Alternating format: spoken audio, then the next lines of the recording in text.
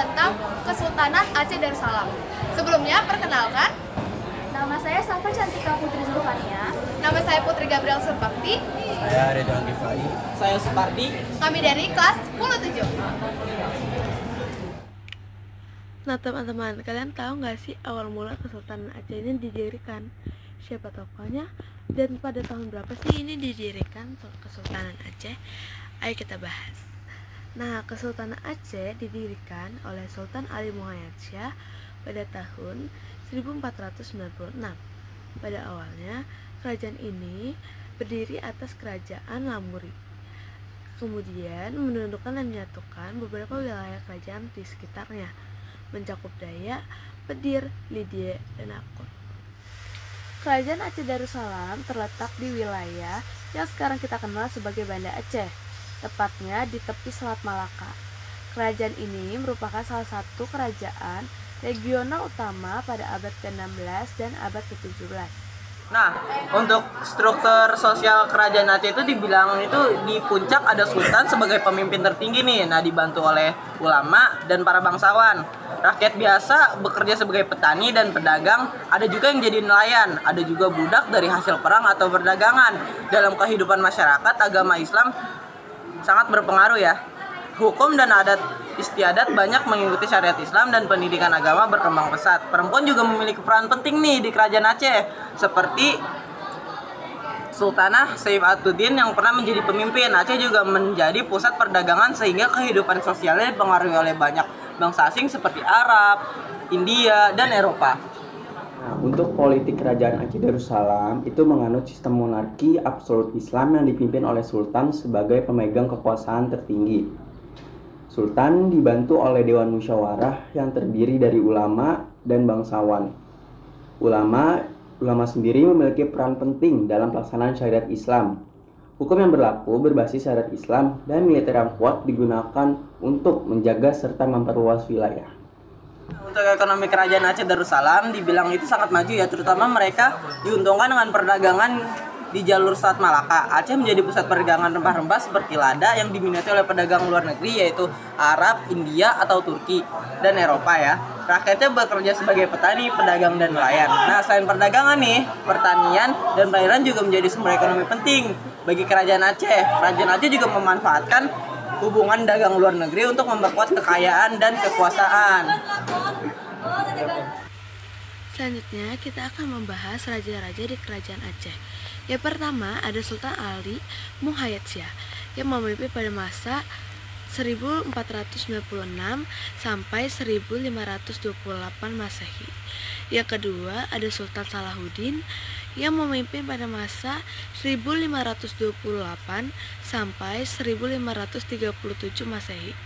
Yang ketiga ada Sultan Alauddin Riyad Shah Al-Kahar yang memimpin pada tahun 1537 sampai 1568 Masehi.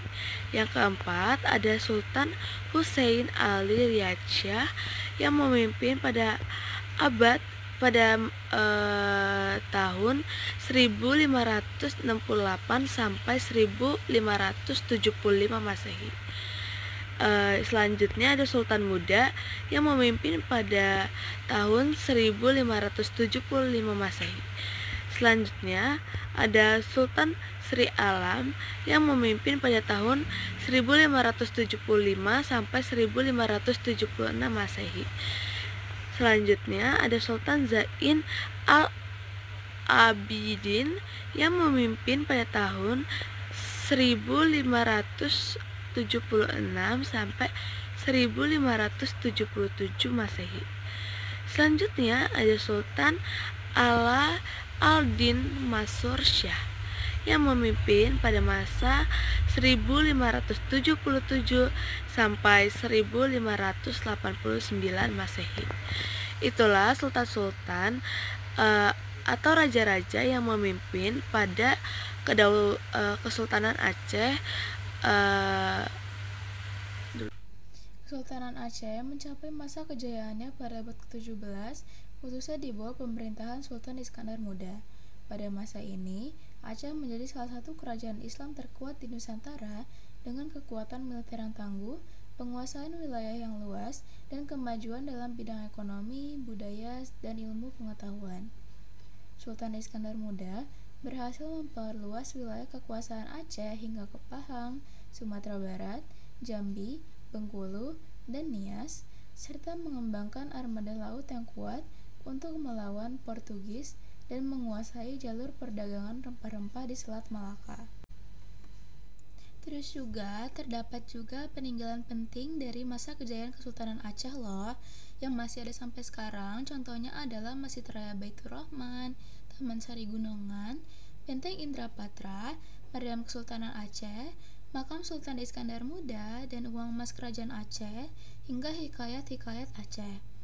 Hikayat Aceh ini adalah karya sastra yang memuat adat istiadat, ajaran Islam, hukum, dan sejarah Aceh pada saat abad ke-17 itu. Selain itu, Kesultanan Aceh juga dikenal sebagai pusat penyebaran Islam dan budaya Islam di Nusantara, sehingga ia mendapat julukan Serambi Mekah. Kejayaannya ini berkontribusi besar loh dalam sejarah serta kebudayaan Indonesia.